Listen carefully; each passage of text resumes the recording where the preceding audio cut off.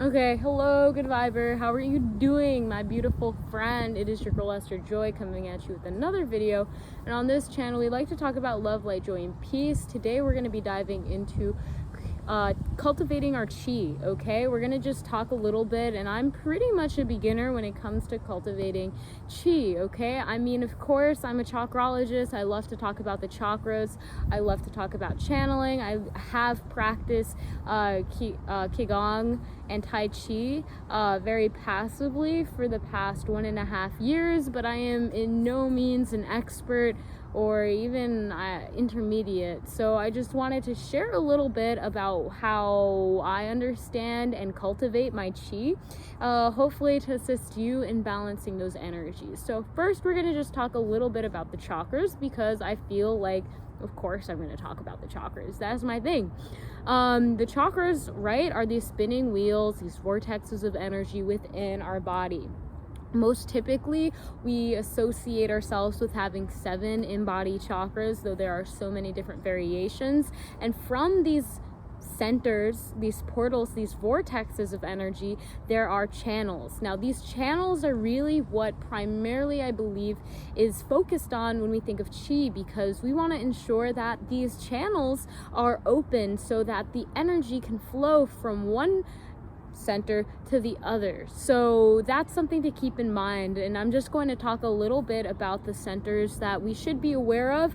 And of course, this is just my basic understanding. I'm sure that there's more complex and probably thorougher systems, but from my understanding, we have one on both of the palms of our hands and the soles of our feet, as well as the tailbone, our womb, our sacral, our diaphragm area, our gut, our solar plexus, our heart center, our chest, our heart, our throat, the shoulders involved, as well as our jaw and our neck, our throat, as well as our third eye, our pineal gland, and the mental centers that are a part of our perception.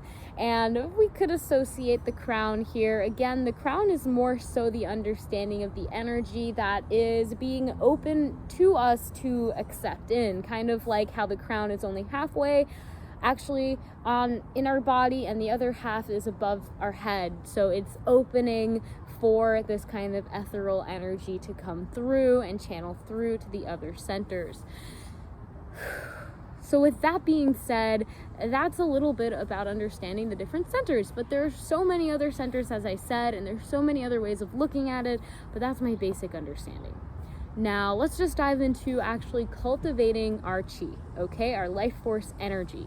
Now, chi is already around us. It's also very prominent in nature. It is what we could say is the universal life force that is flowing through nature. And so when we are wanting to cultivate our chi, it's kind of important that you go in nature. Of course, you don't have to go in nature all the time, but the more you go in nature, I feel like the easier it is for you to attune yourself to these vibrations and to kind of get a feel for what is going on with the life force energy naturally flowing throughout all of nature already. So when it comes to cultivating your chi, that's the first thing you want, okay? Go in nature, visualize nature, have nature around you, have some plants, be with nature, be with the elements, okay? Allow yourself to get used to how the natural world kind of works and functions, and how the life force is reflected and dwelling and streaming through these areas.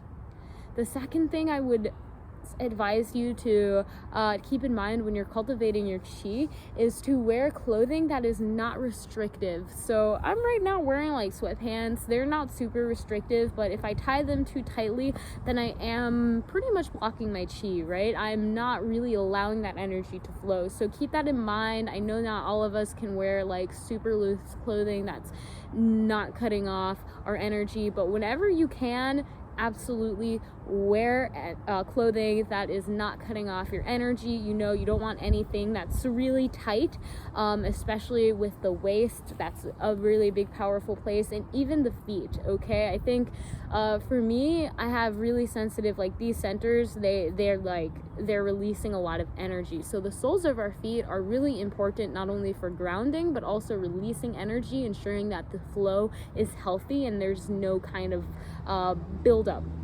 So having your feet, when you are practicing cultivating your chi, having no shoes or socks on, generally speaking, is the best practice from my observation. Okay, so we talked about nature, we talked about wearing clothing that is allowing your energy to flow, is not restrictive. Now we're gonna go back to breath. Now, breath synced with visualization when it comes to chi is a really powerful mix. For me, whenever I just naturally think of, okay, I'm going to cultivate my chi, I feel my body softening and relaxing. And more importantly, I feel my breath elongating, and my literal visualization, I'm able to see, if my eyes are closed, I'm able to see where that air is circulating in my body. And I think this is a really good way to start getting used and aware to the chi that's already in your body, by just envisioning the air that is going in your lungs, how it is being distributed to all of the cells in your body, and then as you exhale, how it is exiting. So really just allowing yourself to sync that kind of visualization as you go about cultivating your chi. And I think I wanted to share a really quick exercise that you can do to just start bringing more awareness to that energy which is within you, and that's with your hand centers. Okay, so again, having your feet kind of in a place where they can release any energy, so it's not being constipated energetically. We're gonna just start by clapping a few times, clearing any energy that is old. I like to wipe my hands just so getting any kind of energy that I would like to, get a clean palette, bring awareness to my hands right now at this time. I'm rubbing them. I'm just bringing that warmth and that awareness to my hands, the palms of my hands, my fingers. And we're going to just start, once you have that awareness, your hands are feeling nice and warm. We'll start with taking a nice deep exhalation. On your exhale, you can press those hands together. And on your inhale, we're just going to open our hands, and I go to my fingers at first, and then I exhale. And that's just creating a connection, and now we're going to keep that connection. So on this next inhalation, we're going to now open our hands. And we're still envisioning that there is a connection between our fingertips, and we exhale slowly, gently. We don't have to press our hands to palm, but you're going to feel some warmth in between your palms. So getting as close as you want to feel that warmth, and then inhaling again, maybe growing that circle a little bit more, that ball of awareness that's connected, that energy that is streaming within our palms, in between our palms. Exhaling. And we'll just inhale, feeling that energy. You can allow your fingers to comb that energy. And as we exhale, gently just bringing those fingers closer together until you feel a nice warm ball of energy. And again, just inhaling nice and gently, feeling that energy just grow. The more awareness you can bring as you breathe and you visualize this ball, the more heat you'll generate in this area, sensations of awareness.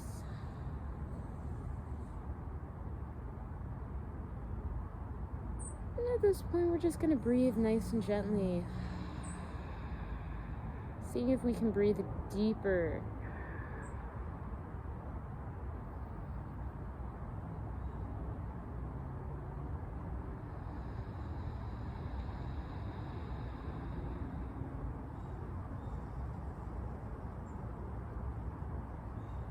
And I like to gently just turn my wrists, the palms of my hands,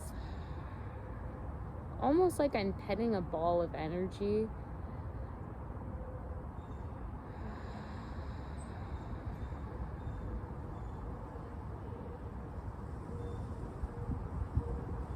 I'm allowing for that natural flow, that natural cycle to just take its own pace.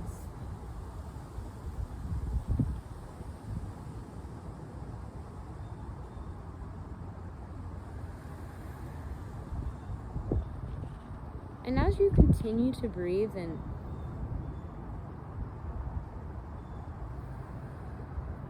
bring more awareness to that energy, maybe it has a color.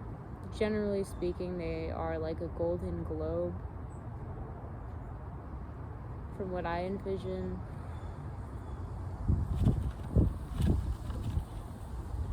You can allow your breath to elongate and even that circle to expand even more, and then become more concentrated on the exhale.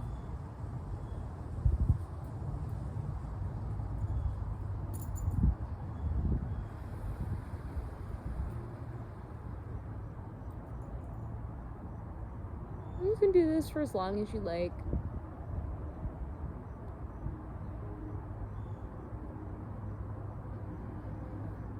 Be aware of what you're thinking and how you're feeling as you do this exercise. And bring awareness to what this ball of energy is being filled with. What awareness are you breathing into this ball of life?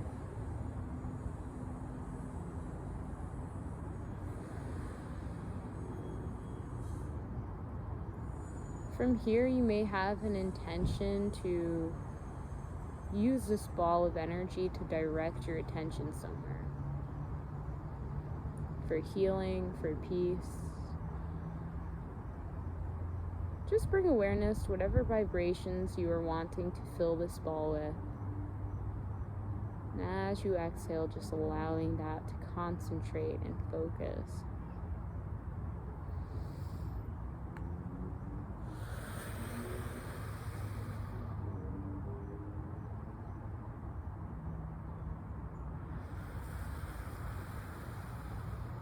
The important part is to maintain a connection between your fingertips and your palms.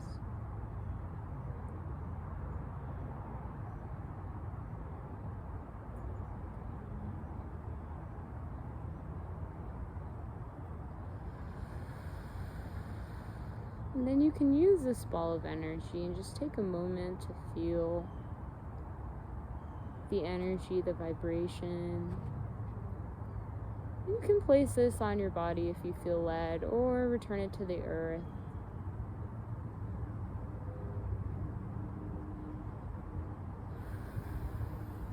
Setting that intention that this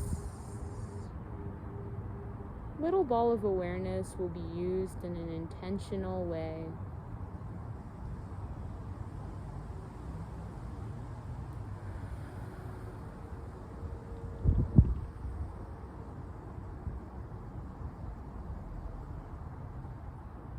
Inhaling.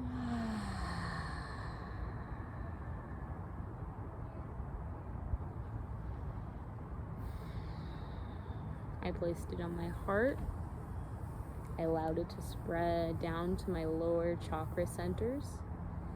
I'm just massaging the energy within me now. So that is not a lot of movement per se, not a lot of bodily movement, but energetically, I think it's a great place to start when you're cultivating your chi, and it's something you can do literally wherever you are. So I hope that you found this video useful in some way, and shout out to King Styles for asking about cultivating Tai Chi, Qigong, that Chi, that life force energy, and inspiring this video. It's definitely been a while since I've just dived into practicing actively, bringing that awareness, and it's always so nice and refreshing and so beautiful. So I hope that you enjoyed this, and that if you did, let me know what experience it was for you, and I will see you in the next video. Namaste, God bless, and yeah, like this video if you want more of this, so I know. Okay.